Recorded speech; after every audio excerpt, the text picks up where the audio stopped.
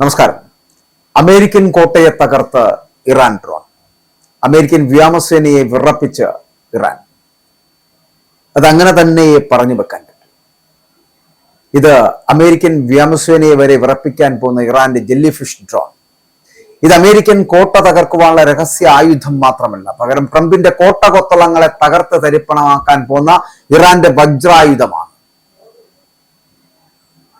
ആകാശത്ത് പെട്ടെന്ന് പ്രത്യക്ഷപ്പെട്ട ഒരു യുദ്ധവിമാന സ്ക്വാഡ്രോൺ അല്ല, മിസൈൽ മഴയുമല്ല, മറിച്ച് സമുദ്രത്തിന്റെ ആഴങ്ങളിൽ മാത്രം കാണാറുള്ള ഒരു ജെല്ലി ഫിഷിനെ പോലെ രൂപമെടുത്ത ഒരു വിചിത്ര വസ്തു. എന്നാൽ അത് സമുദ്രത്തിലല്ല, ആയിരക്കണക്കിനടി ഉയരത്തിൽ ഇറാന്റെ ആകാശത്ത് പറക്കുകയായിരുന്നു. അമേരിക്കൻ F-15 യുദ്ധവിമാന പൈലറ്റിന്റെ കണ്ണിൽ പതിഞ്ഞ ഈ കാഴ്ച ഏതാനും നിമിഷങ്ങൾക്കകം അദ്ദേഹത്തിന്റെ വിമാനം തകർന്നു വീഴുന്നതിന് തൊട്ടു മുമ്പായിരുന്നു എന്നുള്ളതാണ്. ഇത് യുദ്ധത്തിന്റെ ആഘാതത്തിൽ കണ്ട ഒരു ഭ്രമമായിരുന്നോ, അതോ ഭാവിയിലെ വ്യോമയുദ്ധങ്ങളുടെ മുഖം മാറ്റിമറിക്കാൻ ശേഷിയുള്ള ഇറാന്റെ രഹസ്യ ജെല്ലി ഫിഷ് ഡ്രോൺ സാങ്കേതിക വിദ്യയുടെ ആദ്യ ദൃശ്യമായിരുന്നു? ലോക സൈനിക സാങ്കേതിക വിദ്യയുടെ ഭാവി എങ്ങനെയായിരിക്കുമെന്ന് സൂചിപ്പിക്കുന്ന അതീവ നിഗൂഢവും അതേസമയം ആശങ്കാജനകവുമായിട്ടുള്ള ഒരു വെളിപ്പെടുത്തലാണ് അടുത്തിടെ അമേരിക്കൻ രഹസ്യാന്വേഷണ സമൂഹത്തെ പോലും ആശയക്കുഴപ്പത്തിലായിരിക്കും. ഇറാനുമായുണ്ടായ സംഘർഷത്തിനിടെ വെടിയേറ്റ് തകർന്ന അമേരിക്കൻ F-15 യുദ്ധവിമാനത്തിലെ പൈലറ്റ് നൽകിയ സാക്ഷിമൊഴിയാണ് ഇപ്പോൾ സൈനിക ലോകത്തെ ചർച്ചകളുടെ കേന്ദ്ര ബിന്ദുവായി മാറിയിരിക്കുന്നത്. പൈലറ്റിന്റെ മൊഴിപ്രകാരം ആകാശത്ത് നിരവധി ഇറാനിയൻ ഡ്രോണുകൾ ഒരുമിച്ച് പറക്കുകയായിരുന്നുവെന്നും, എന്നാൽ അവ സാധാരണ ഡ്രോൺ കൂട്ടങ്ങളായിരുന്നില്ല എന്നും, മറിച്ചൊരു ജെല്ലി ഫിഷിനെ അനുസ്മരിപ്പിക്കുന്ന രൂപത്തിൽ പരസ്പരം ബന്ധിപ്പിക്കപ്പെട്ട ഒരൊറ്റ ജീവിയെ പോലെ അവ നീങ്ങുകയായിരുന്നുവെന്നും പറയുന്നു.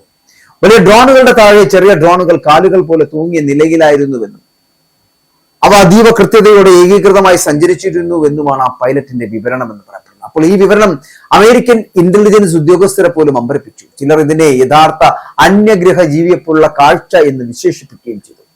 ഈ സംഭവത്തിൽ ഏറ്റവും കൗതുകമാർന്ന വശം, ഇത്തരമൊരു സാങ്കേതിക വിദ്യ ഇറാന്റെ കൈവശം ഉണ്ടെങ്കിൽ അത് നിലവിലെ വ്യോമയുദ്ധ സങ്കല്പങ്ങളെ തന്നെ മാറ്റിമറിക്കാൻ ശേഷിയുള്ളതാണ് എന്നാണ്. അതല്ലാതെ പറയാൻ കഴിയില്ല, അതെന്ന് തന്നെ പറയേണ്ടി വരും. യുദ്ധവിമാനങ്ങൾക്കെതിരായിട്ടുള്ള പരമ്പരാഗത പ്രതിരോധ സംവിധാനങ്ങൾ പ്രധാനമായിട്ടും ഒറ്റ ഡ്രോണുകളെയോ ചെറിയ കൂട്ടങ്ങളെയോ നേരിടാനാണ് രൂപകൽപ്പന ചെയ്തിരിക്കുന്നത്. എന്നാൽ പരസ്പരം ആശയവിനിമയം നടത്തി സ്വയം ഏകോപിപ്പിക്കുവാൻ കഴിയുന്ന ഡ്രോണുകളുടെ ഒരു ജീവിച്ചിരിക്കുന്ന കൂട്ടം അത് ആകാശത്ത് പ്രത്യക്ഷപ്പെടുകയാണെങ്കിൽ അതിനെ നേരിടുക അതീവ ദുഷ്കരമായേക്കാം. സംഭവത്തിൽ അമേരിക്കൻ F-15 വിമാനം എങ്ങനെ തകർന്നു എന്നത് സംബന്ധിച്ച് അന്വേഷണം ഇപ്പോഴും തുടരുകയാണ്. എങ്കിലും പ്രാഥമിക വിലയിരുത്തലുകൾ പ്രകാരം ഈ വിചിത്ര ഡ്രോൺ രൂപീകരണം അമേരിക്കൻ വിമാനത്തെ വെടിവെച്ചു വീഴ്ത്തുന്നതിൽ നിർണായകമായിട്ടുള്ള പങ്ക് വഹിച്ചിരിക്കാമെന്നാണ് ചില ഇന്റലിജൻസ് ഉദ്യോഗസ്ഥർ അടക്കം സംശയിക്കുന്നത്. അങ്ങനെ സംഭവിച്ചിട്ടുണ്ട് എങ്കിൽ ആധുനിക വ്യോമയുദ്ധ ചരിത്രത്തിൽ അതൊരു നിർണായകമായിട്ടുള്ള വഴിത്തിരിവായിരിക്കും എന്നുള്ള കാര്യത്തിൽ തർക്കമില്ല. അതേസമയം പൈലറ്റിന്റെ മൊഴിയെക്കുറിച്ച് അമേരിക്കൻ ഇന്റലിജൻസ് സമൂഹത്തിനകത്ത് തന്നെ അഭിപ്രായ ഭിന്നത നിലനിൽക്കുന്നു. യുദ്ധത്തിന്റെ അത്യന്തം സമ്മർദ്ദപൂർണമായിട്ടുള്ള സാഹചര്യത്തിലൂടെയാണ് പൈലറ്റ് കടന്നുപോയത്. വിമാനം തകർന്നതിന്റെ ആഘാതവും മരണഭീതിയും അദ്ദേഹത്തിന്റെ നിരീക്ഷണത്തെ സ്വാധീനിച്ചിരിക്കാമെന്ന വാദവും ഇതിനോടൊപ്പം തന്നെ ഉയരുന്നുണ്ട്. യഥാർത്ഥത്തിൽ അദ്ദേഹം കണ്ടത് അത്യാധുനിക ഡ്രോൺ സാങ്കേതിക വിദ്യയാണോ, അതോ പരീക്ഷണാടിസ്ഥാനത്തിൽ വിന്യസിച്ച ഒരു രഹസ്യ സംവിധാനമാണോ, അല്ലെങ്കിൽ മരുഭൂമിയിലെ ദൃശ്യ വൈകല്യങ്ങളായിരുന്നോ എന്നൊക്കെ ഇപ്പോഴും വ്യക്തത വന്നിട്ടില്ല എന്നുള്ളതാണ്. എന്നാലും പൈലറ്റ് വിവരിച്ച സാങ്കേതിക വിദ്യക്ക് സൈനിക രംഗത്ത് വ്യക്തമായിട്ടുള്ള ഒരു ശാസ്ത്രീയ അടിത്തറയുണ്ട്. അതാണ് one to many mesh to networking എന്ന ആശയം. ഈ സാങ്കേതിക വിദ്യ ഉപയോഗിച്ചൊരു ഓപ്പറേറ്റർക്ക് ഒരേ സമയം നിരവധി ഡ്രോണുകളെ നിയന്ത്രിക്കുവാനും ഡ്രോണുകൾക്ക് പരസ്പരം വിവരങ്ങൾ കൈമാറുവാനും സ്വയം തീരുമാനങ്ങൾ എടുക്കുവാനും കഴിയുമെന്നുള്ളതാണ്. അപ്പോൾ ഒരു ഡ്രോൺ തകർന്നാലും ബാക്കിയുള്ളവയുടെ പ്രവർത്തനം തടസ്സപ്പെടില്ല, പകരം അവ സ്വയം പുതിയ രൂപീകരണം സൃഷ്ടിച്ച് ദൗത്യം തുടരാൻ പ്രാപ്തരാകുന്നതാണ്. ലോകത്തിലെ പ്രധാന സൈനിക ശക്തികളായിട്ടുള്ള അമേരിക്ക, റഷ്യ, ചൈന തുടങ്ങിയ രാജ്യങ്ങൾ വർഷങ്ങളായിട്ട് ഡ്രോൺ സ്വാം സാങ്കേതിക വിദ്യ എന്ന് പറയപ്പെടുന്ന വികസിപ്പിക്കുന്നതിൽ വലിയ നിക്ഷേപങ്ങൾ നടത്തുന്നവരാണ്.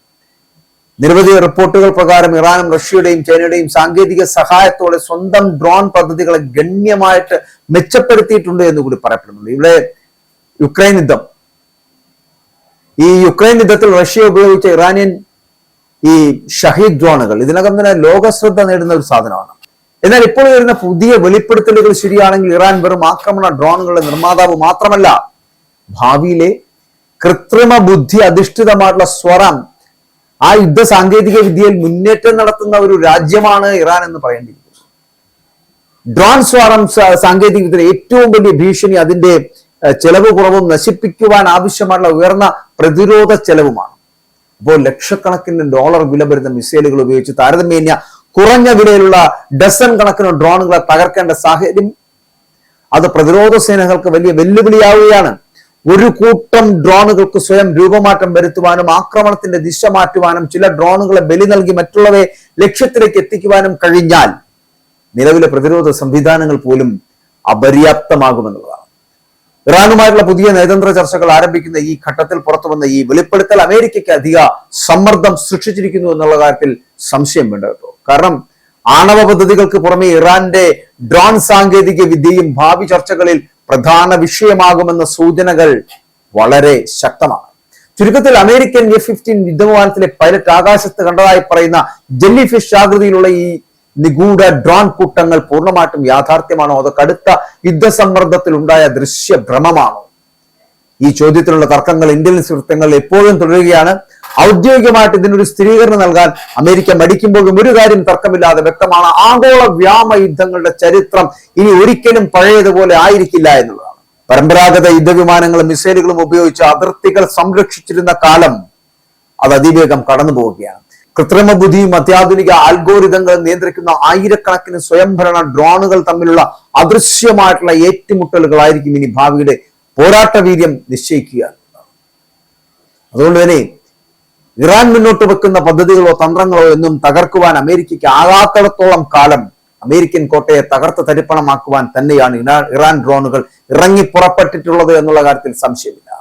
അമേരിക്കൻ വ്യോമസേനയെ വരെ വിറപ്പിച്ച് ഇറാന് മുന്നോട്ട് പോകാൻ കഴിയുന്നുണ്ട് എങ്കിൽ ഇറാന്റെ ശക്തിയെ ഒരു രാജ്യത്തിനും തള്ളിക്കളയാനും കഴിയില്ല.